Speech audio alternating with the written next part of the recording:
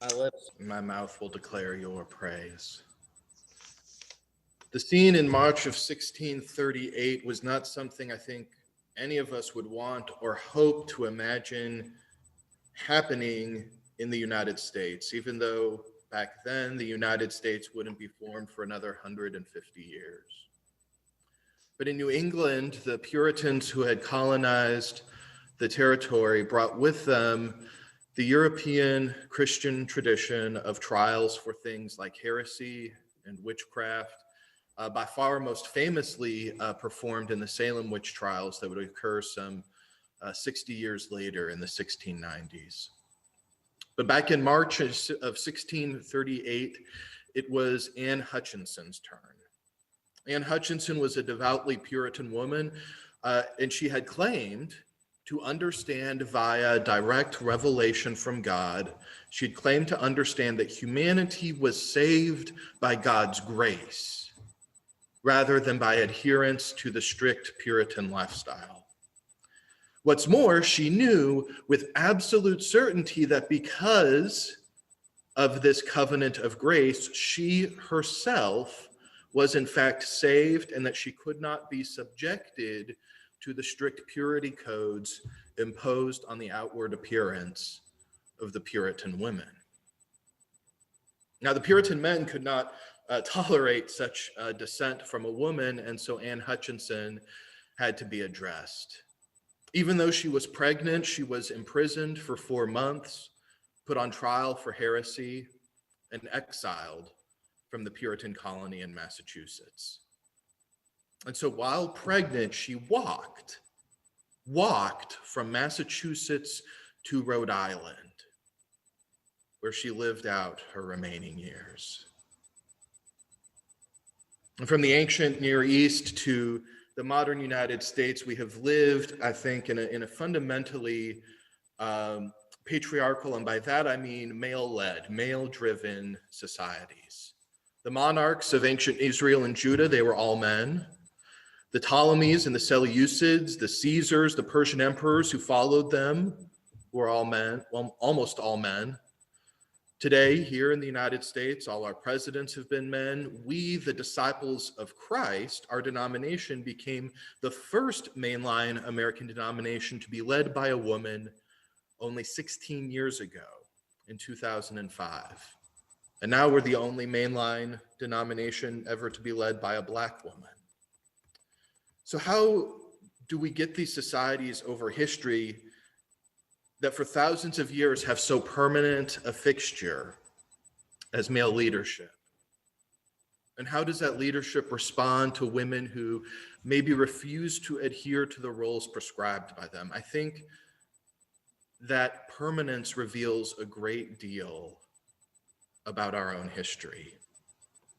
Because in the ancient lands of the Bible, not just Israel and Judah, but across the entire Near East, this rule by kings was the norm, not the exception. And yet within Israel, in the southern kingdom of Judah, there is this tradition of prophetesses and female judges, women who refused the roles imposed upon them in order to reveal the word of God to the people. And in this passage from 2 Kings, in the end of the 22nd chapter, the beginning of the 23rd chapter, we hear directly from one of these women, the prophetess Huldah. And this returns us today to the story of Josiah. We began his saga last week. We're continuing it this week, and we're going to wrap up his story next week before the beginning of Lent. Josiah is remembered as the last righteous king of Judah in Jerusalem, the southern kingdom, before Judah is conquered by Nebuchadnezzar II of Babylon some 20 years after Josiah's death. That conquering is what Huldah is referring to in her prophecy. But Josiah is also remembered as an uncommonly young king. If you remember last week, he was crowned king at just 8 years of age after his father Amon was assassinated after being king for just 2 years. And this stood in marked contrast to the longevity of Josiah's grandfather Manasseh, who had reigned as king for 55 years. Now, Manasseh, in his 55 years as king, had reversed the pro-Yahweh reforms of his own father, Hezekiah, Josiah's great-grandfather. Manasseh reversed those reforms in favor of idol worship, and the book of 2 Kings condemns him very strongly as a result. And in Amon's short reign, after Manasseh dies, Amon in his 2 years continues this tradition of worshiping false deities. Josiah comes to the throne, and it's not until 18 years later, when he's 26 years old, and he's already, that he begins this quest of reforming the religious life of his kingdom and bringing it back from idol worship to the exclusive worship of the one true God. And as John mentioned last week, we began that story with the discovery of the scroll or book, likely a Torah scroll or a fragment of a Torah scroll that was discovered in the Jerusalem temple to God. And that scroll is presented straight away to Josiah. And today Josiah sends the high priest Hilkiah and his advisors to Huldah, this prophetess of some renown, so that the scroll might be authenticated as the genuine article. Because originally, in sort of traditional Jewish belief, all of the scrolls, all of the Torah scrolls had been burned by Josiah's grandfather Manasseh. They were supposed to be extinct. And so the discovery of one may have meant a miracle, but first it had to be authenticated. It had to be proved to be real and not a forgery. And so Huldah prophesies to Josiah's advisors, explaining to them both the upsetness of God at how the kingdom of Judah has spent the past 75 years refusing this covenant with God, refusing this relationship with God, but also Huldah shares God's openness to hearing Josiah's voice, in being moved to mercy amid or despite that upsettedness. And I want us to hear that. I really want us to pay special mind to God's openness to Josiah's voice and the mercy that results, because I think that far too often in the church, we may hear only that first part of God being upset at seeing the children of God worship idols. And we may miss the second part about God's openness to hear our voices and to be merciful to us, respond to us with graciousness. I think we really do a disservice to our own sacred text, as well as the sacred text of Judaism, when we reduce this text, the Old Testament, the Tanakh, down to just that first part, just to the part of divine upsettedness. Now, Huldah is cut from the cloth of many of the prophets who have books in the Bible: Isaiah, Jeremiah, Habakkuk, Amos, Hosea, Joel, Micah. And in each of these books, these prophets document God's upsettedness, pain at our lack of responsiveness to the covenant, our reluctance to pursue right relationship with God. But the prophets also make clear God's steadfastness to pursue that relationship anyways. Yes, our iniquities and our injustices, our betrayals of our faith, all of that profoundly grieves God. And yet all of these prophets, male and female alike, are intent on demonstrating that God remains present and in showing a way forward in that relationship. And Huldah holds up Josiah as an example that by showing remorse, even not necessarily for personal misdeeds of Josiah. Like Josiah isn't just showing remorse for things he personally may have done wrong. He is showing repentance on behalf of his nation that he leads, showing that remorse, and by pledging to do better is a way forward, so that God will hold Josiah and his kingdom close and not let disaster befall them. And Josiah is as good as his word here. I had to sort of leave the line by line account of all of his reforms on the cutting room floor, just in order to get this sermon series to fit into the weeks we had before Lent. But the most of 2 Kings 23 is the description in detail of the lengths to which Josiah goes to end idolatries, to end the worship of false deities. Josiah and his advisors then have taken Huldah's prophecy very, very seriously. They take her seriously as a person to begin with by going straight to her with the scroll. But they also take Huldah seriously afterward by responding to her prophecy and her authentication of the scroll by committing to this covenant, by committing to reforming Judah's relationship with God. So amid this sort of patchwork of patriarchal, male-led, ancient Near Eastern cultures, not just ancient Israel, but the whole region, a female prophet is treated with the maximum amount of deference by a king and his closest advisors. And perhaps we should take that as evidence of Huldah's singular remarkableness. And I don't think we would be entirely wrong to do so, but I do think we would be incomplete in doing so. I think our reading of Huldah would be incomplete, because we don't really know that much about her, actually. Truthfully, just like we may not know much about a lot of women throughout history, because again, many of the historians were men. And when we don't know much about someone, it's very easy, it's tempting even, for us to look beyond the person themselves and wonder what they represent, to make them into a symbol, a representation of something that we want or need.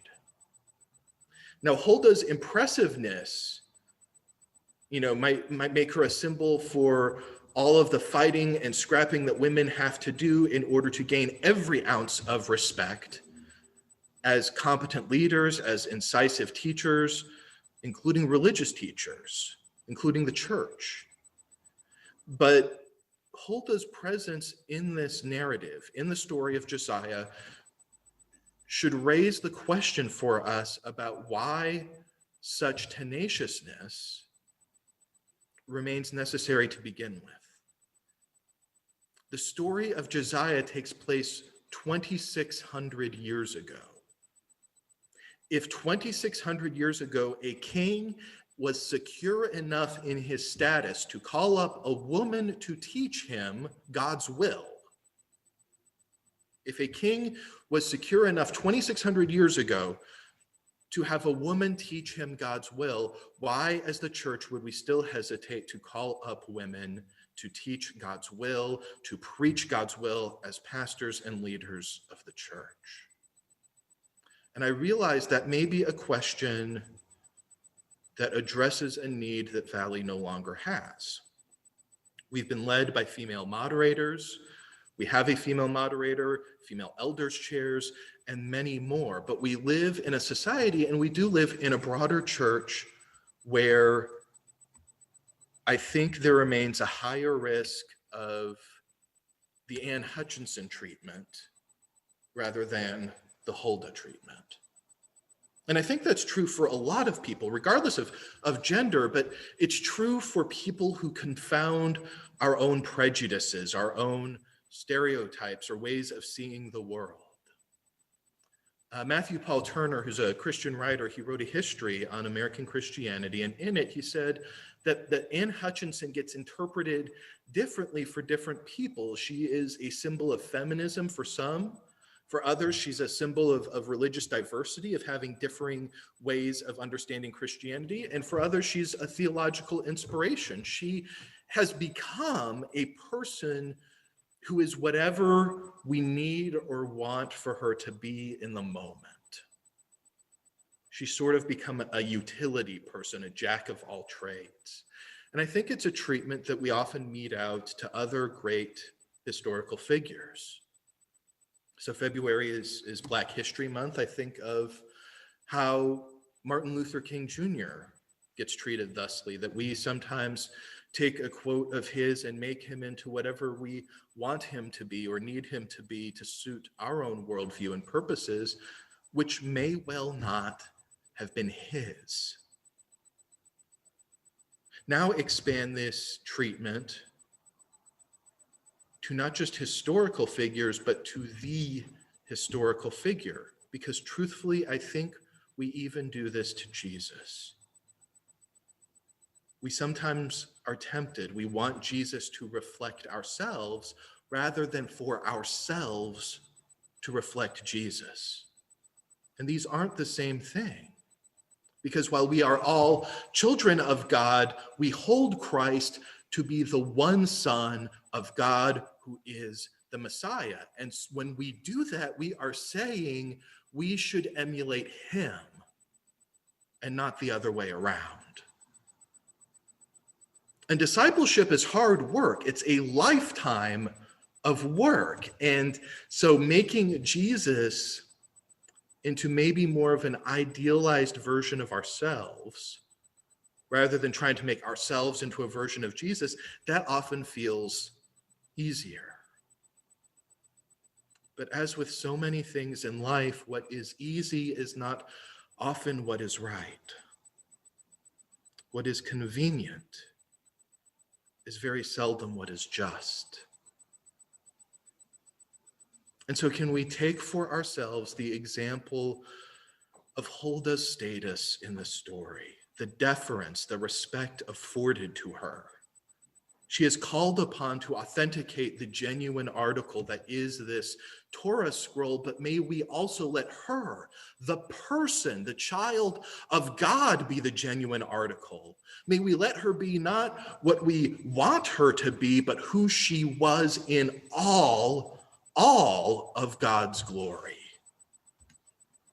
Because in honoring her authenticity, I think we find a way to honor ours as well.